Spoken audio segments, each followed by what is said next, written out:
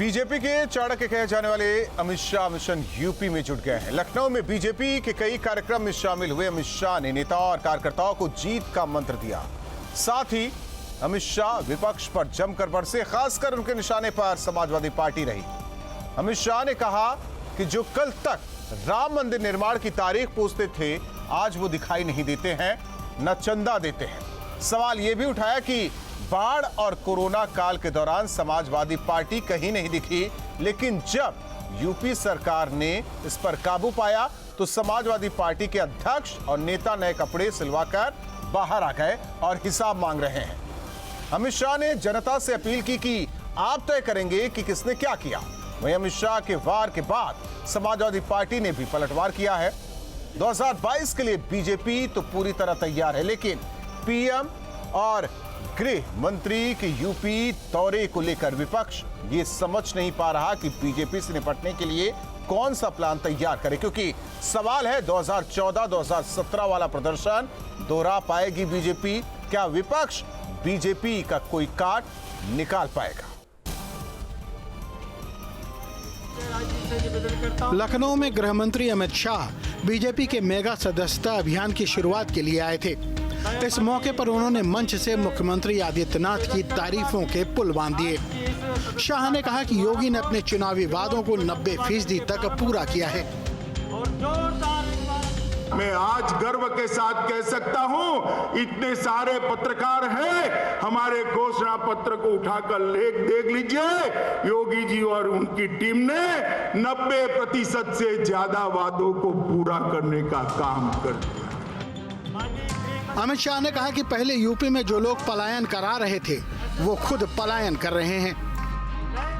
पश्चिमी उत्तर प्रदेश से कैराना से पलायन शुरू हुआ था। यहाँ लखनऊ के हुक्मरानों का नींद नहीं उड़ता था।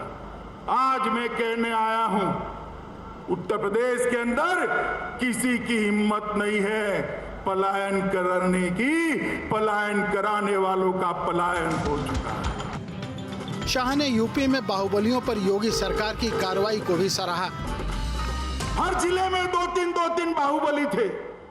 दूरबीन लेकर मैं ढूंढता हूं, कहीं पर बाहुबली दिखाई नहीं पड़ता है। भाई कहे शाह ने पिछली सरकारों से योगी सरकार की तुलना की, उनके कामों को गिनाया और लोगों को बताया कि 2024 में मोदी जी को फिर से पीएम बनाना है तो योगी जी को दोबारा सीएम बनाना पड़ेगा। मोदी जी को फिर से एक बार 24 में प्रधानमंत्री बनाना है तो 22 में फिर एक बार योगी जी को मुख्यमंत्री बनाना पड़ेगा।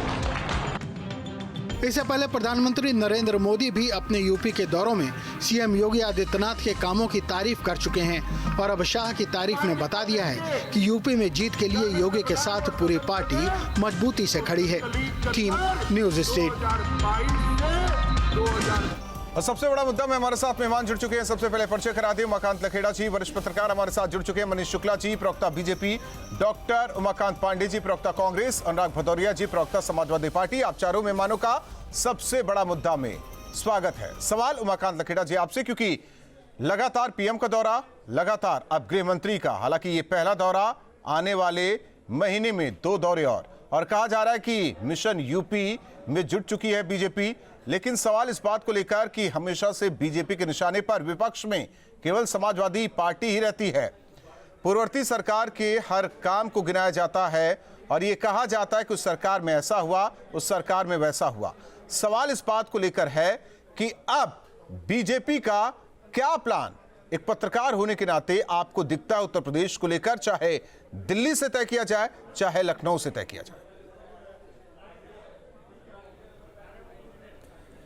देखिए, जो सबसे महत्वपूर्ण बात यह है कि भारतीय जनता पार्टी का उत्तर प्रदेश, जो मिशन उत्तर प्रदेश है, वो अमित शाह ने उसकी रेखांकित कर दिया है कि 2024 का जो आम चुनाव में, लोकसभा का जो आम चुनाव होगा, जो अभी काफ़ी दूर है, उसको जीतने के लिए सबसे बड़ी बात है, सबसे अहम जरूरी है कि उत्तर प्रदेश में जो सरकार है वो योगी जी की सरकार का बने रहना ये सरकार का रिपीट होना बहुत ज़रूरी है।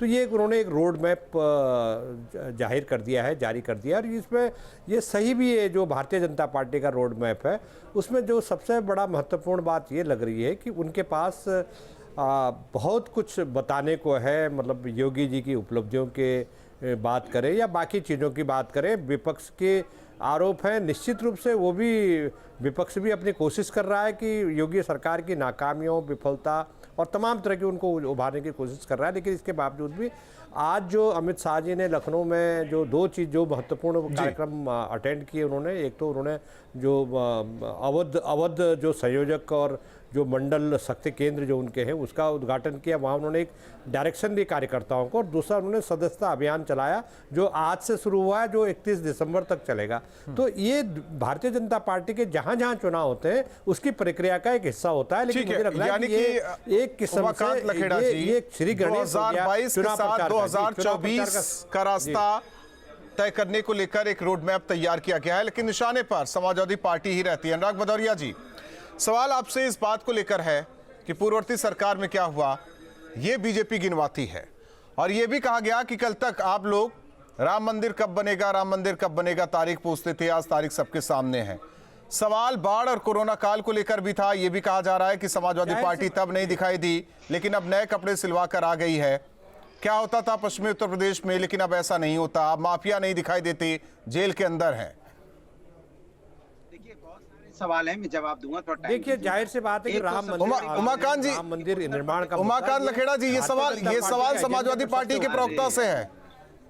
अब देखिए, सवाल ये है कि उत्तर प्रदेश में आए देश के गृह मंत्री कमाल की दूरबीन लेके आए थे। आंख की अगर ऐसे करके घुमाते बगल में तो दिखाई पड़ जाता है कि उनके बगल में ही अपराधी खड़ा था, और उस पे अपराध उसके बेटे पे वहां रोंदने का अपराध है, और कोर्ट से भी उसके ऊपर अपराध है।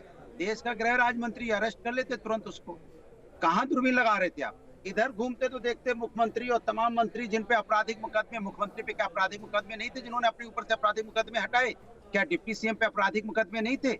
114 ऐसे विधायक जिन पे संगीन मुकदमे हैं। और ये उत्तर प्रदेश जहाँ पे रौंद दिया गया हो, 8 लोगों की मौतें हो गई हो और आज तक उनको बर्खास्ती नहीं और उसकी अरेस्टिंग नहीं, और बगल में खड़ा दूरबीन पता नहीं कहाँ लगा रहे थे। और मैं कहता था और थोड़ा आगे और थोड़ा आंखें खोल के देखते तो डीजी दिखाई पड़ जाते, जिनकी नाकामी की वजह से, गलत फैसले की वजह से हमारे हिंदुस्तान, अपने उत्तर प्रदेश की बेटी, हाथरस की दलित बेटी को आपने रात के अंधेरे में पेट्रोल डाल के संस्कार कर दिया। वो अपराधी आपको बाद में सीबीआई ने कहा नहीं, इसके साथ गलत काम हुआ था, तब जाके आप जागिए। अरे आप थोड़ा और इधर करके घुमा के दिखाई देते तो आपको वहाँ पुलिस दिख जाती गोरखपुर की, और मुख्यमंत्री बगल में थोड़ा और गौर से देख लेते तो मुख्यमंत्री का गोरखपुर दिखाई पड़ जाता, जहाँ पे पुलिस वाले ने घुस के मार डाला होटल के अंदर में। क्या अपराधी नहीं तो क्या, गुंडा राज नहीं तो क्या है? और थोड़ा करीब से देख लेते, लखनऊ के एसएसपी और डीआईजी को बुला के करीब से देखते तो विवेक तिवारी की हत्या उसमें दिखाई पड़ती, किस तरह से पुलिस ने ठोक के मार दिया था।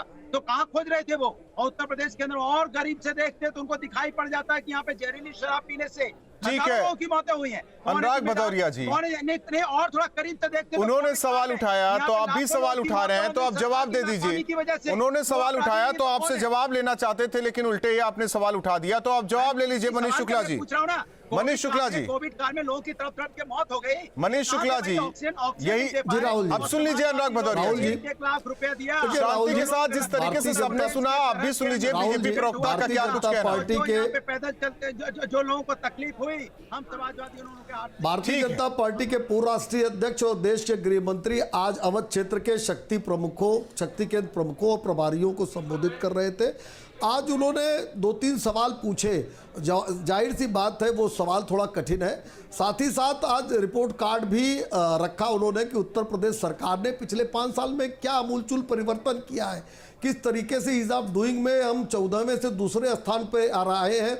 10 लाख करोड़ की अर्थव्यवस्था को 21 लाख करोड़ तक हम ले गए हैं। 5 आज एक्सप्रेस वे बन रहे हैं उत्तर प्रदेश में। सड़क, बिजली, पानी की बेहतर व्यवस्था हुई है। कानून व्यवस्था का डंका बज रहा है। अपराधी और माफिया अपने शरणदाता राजनीतिक आकाओं के कुर्ते के पीछे छिप गए हैं। और एक बहुत अच्छी बात कही हमारे गृह मंत्री जी ने कि चुनाव देखकर कुछ लोग नए कपड़े पहनकर बाहर आ गए, लेकिन दुर्भाग्य ये है कि नए कपड़े भी केवल अखिलेश यादव को मैसर हो रहे हैं। हमारे भाई अनुराग भदौरिया जी को अभी भी नए कपड़े भी नहीं दे रहे हैं अखिलेश यादव जी, कि उनको कम से कम नए कपड़े मिल गए होते, वो भी नहीं मिल रहे।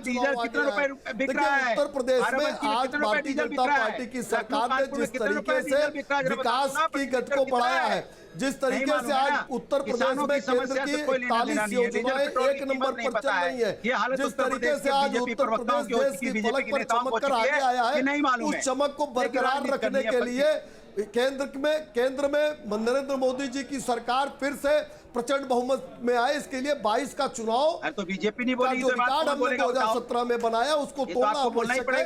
और आज जो उन्होंने ऊर्जा दी है, जो उष्मा दी है कार्यकर्ताओं को, उस ऊर्जा के सहारे ये जो अपराधियों, माफियाओं और भ्रष्टाचारियों के संरक्षक विपक्ष के लोग हैं, उनको और नीचे ले जाने का काम जनता और संगठन के कार्यकर्ता मिलकर करेंगे। और राहुल जी देखिए, मेरा एक आपसे निवेदन है कि अनुराग भदौरिया को बाद में ही बुलवाया कीजिए, क्योंकि इनके पास विषय नहीं होता है, पहले अपनी बात कह लेते हैं, जब तथ्य सामने आता है तो बौखला जाते हैं, फिर से बीच में बोलते हैं। मैं बात और कहना चाहता हूं कि उत्तर प्रदेश में आज किसानों की उपज का मूल्य मिल रहा है। उत्तर प्रदेश ठीक है, किसानों का आप दोनों प्रवक्ताओं से निवेदन है कि जरा शांत रहिए, क्योंकि कांग्रेस के भी प्रवक्ता हमारे साथ हैं, बीच चर्चा में उनके साथ भी। सवाल यह है, उत्तर प्रदेश में सवाल उमाकांत जी, सवाल आपसे यह है कि ठीक है, केंद्र में कांग्रेस कहती है बीजेपी को हटाने के लिए, वो एकजुट विपक्षी पार्टियों को करती है, लेकिन उत्तर प्रदेश के परिप्रेक्ष्य में बात की जा रही है। हमें नहीं लगता कि किसी पायदान पर बीजेपी के लिए कांग्रेस, या कहें कि सियासत के मद्देनजर फिर बैठती है कि उससे लड़ाई बीजेपी की है, समाजवादी पार्टी से, तभी बीजेपी की हर रैली या जनसभा में बड़े नेता हो समाजवादी पार्टी की बात करते, कांग्रेस की बातें नहीं होती। उन्हें लगने लगा है कि द्वंद्व नहीं होने वाला, सियासी द्वंद्व कांग्रेस से। इतने कमजोर पड़ गए आप लोग। ये आप जज नहीं है, आप जजमेंट देंगे। देखिए राजनीति, ये सवाल है, फील्ड सुन लीजिए। उमाकांत पांडे जी सवाल करते हैं, पत्रकारों का जो भी कुछ कहना होता है वो सवाल होता है, आपके हंसने और कमेंट पास करने से कुछ नहीं होने वाला। मैं आज जज नहीं बैठा, आप तय नहीं करेंगे क्या होने वाला है। अब आप सुन लीजिए, पहली बात तो ये कि अमित शाह जी दूर की बीन लेकर आए हैं और वो उत्तर प्रदेश की जनता को सांप समझ रहे हैं कि वो अपनी बीन पर उत्तर प्रदेश की जनता को नचाने आए हैं, तो ये बात वो भूल जाए। दूसरी बात, वो ये कौन लोग बना रहे हैं। हमारे देहात में एक कहावत है कि राम बनाए जोड़ी, एक आन्हर एक कोढ़ी, एक के ऊपर तड़ी पार का मुकदमा रहा है, गुजरात से तड़ी पार हो गए थे, और दूसरे अभी जिन 120B के कांसी पिरेसी में फंसे हैं और बेटे के ऊपर 302 का आरोप है और उनको उत्तर प्रदेश में अपराधी नहीं दिखाई दे रहे हैं। हाथरस चले जाए, सोनभद्र चले जाए, आजमगढ़ चले जाए, उन्नाव चले जाए, गोरखपुर जो योगी जी का गृह क्षेत्र है वहां के उस होटल में चले जाए। ये कैसी बेशर्मियत की बात देश के गृह मंत्री कर रहे हैं। क्या उनको अपने ही मंत्रालय द्वारा जो एनसीआरबी का डेटा हर साल जारी किया जाता है वो पढ़ते नहीं है क्या? इंटायर पॉलिटिकल डिग्री वाले प्रधानमंत्री जी से राय ले लेते कि ये एनसीआरबी के डाटा का मतलब क्या होता है कि उत्तर प्रदेश अपराधों के मामले में नंबर 1 हो गया है। महिलाओं पर अत्याचार की बात कर लीजिए, डकैती, चिरैती, साइबर क्राइम की बात कर लीजिए, इसमें उत्तर प्रदेश नंबर 1 पर है। हर 1 घंटे में उत्तर प्रदेश में 10 हत्याएं होती है। क्या ये डेटा को पांडे जी सब नहीं पढ़े हैं और गलत रूप से कोट कर रहे हैं। मेरी आपत्ति है कि कम से कम तथ्यात्मक बातों को जो लोग झूठ बोले, गलत पेश करें, उसमें उनको रोकना चाहिए। गृह मंत्री एनसीआरबी का डेटा, एनसीआरबी के डेटा को गलत मत। सबसे ज्यादा महिलाओं के प्रति अपराध 6.5 करोड़ वाले राजस्थान में हो रहा है, जहां प्रियंका वाड्रा राहुल गांधी की सरकार है। सबसे ज्यादा महिलाओं के प्रति अपराध, सबसे ज्यादा दलितों के प्रति अपराध राजस्थान में हो रहा है, जहां प्रियंका वाड्रा और राहुल गांधी की सरकार है। आप कम से कम तथ्य तो देख लिया कीजिए पांडे जी, बिना तथ्य देखे क्राइम केवल यूपी में होता है कांग्रेस के लिए, राजस्थान, छत्तीसगढ़ रिप्रेजेंट करते हैं, पंजाब में नहीं होने वाला। मनीष जी नहीं डेटा तो ठीक बोले, महिलाओं के प्रति अपराध एनसीआर भी देख ले, अभी गूगल करके देख ले, नहीं अगर पढ़े हो तो। अब ये प्रियंका वाड्रा राहुल गांधी की तरफ बिना तथ्य देखे बयान जारी कर रहे हैं चैनल पे बैठ के। ये कोई भाषण थोड़ी है कि आपका कुछ भी चल जाएगा, ट्वीट है आपने लिख दिया। जानकारी लेके बैठिए पांडे जी, इस तरह से नहीं बोलते हैं। ठीक है उमाकांत लखेड़ा जी, देखिए अब चर्चा आखिरी दौर में चल रही है। उत्तर प्रदेश के परिप्रेक्ष्य में आपका आकलन क्या कहता है? जिस तरीके से सियासत हो रही है उत्तर प्रदेश की, मुद्दे अब पीछे छूट जाएंगे, विकास धर्म या दूसरे मुद्दे सामने आएंगे? देखिए उत्तर प्रदेश में जो कुछ हो रहा है वो दीवार पर लिखी हुई इबारत की तरह है। अगर विपक्ष बंटा हुआ रहेगा तो निश्चित रूप से इसको भारतीय जनता पार्टी उसको फायदा होगा। अगर वोटों का जो वितरण है, वोटों का जो विभाजन है, वो विभाजन ही भारतीय जनता पार्टी की मुझे लग रहा है आज की तारीख में सबसे बड़ी ताकत है, सबसे बड़ी शक्ति है। वो 2017 में जो भारतीय जनता पार्टी को जो भारी प्रचंड बहुमत मिला था, पार्टी के भीतर इस तरह का संकेत है, संभावना उनको लग रहा है कि 2017 जैसा प्रचंड बहुमत इस बार नहीं मिलेगा। लेकिन यह है कि ये करो और मरो की लड़ाई है, क्योंकि 2022 में सबसे बड़ी महत्वपूर्ण बात यह है कि 2022 में राष्ट्रपति जी का चुनाव भी होना है। ठीक है, राष्ट्रपति के चुनाव के लिए माफी के साथ उमाकांत जी आपको रोकना चाहते हैं। आप चारों मेहमानों का बहुत बहुत धन्यवाद सबसे बड़ा मुद्दा में हमारे साथ जुड़ने के लिए। हालांकि अब मुद्दों की बात कम, बीजेपी विकास की बात कहती है और राम मंदिर का मुद्दा गिना रही है। और विपक्ष से सवाल भी किया जा रहा है कि बाढ़ और कोरोना काल जैसे हालात में विपक्ष के नेता कहां थे? अब तो नए कपड़े सिलवाकर वो बाहर आ रहे हैं क्योंकि चुनाव नजदीक है। अमित शाह ने यह भी तय किया कि जनता ये तय करे कि उसे क्या करना है। लेकिन दूसरी ओर जीत का मंत्र अपने कार्यकर्ताओं और नेताओं को देते रहे। लगातार उत्तर प्रदेश को लेकर नजर दिल्ली से रखी जा रही है और बीजेपी के चाणक्य कहे जाने वाले अमित शाह पूरे तरीके से अब एक्टिव मोड में है, क्योंकि अब उनकी नजर 2022 के साथ 2024 को लेकर भी है। इसी के साथ सबसे बड़ा मुद्दा में आज के लिए बस इतना है।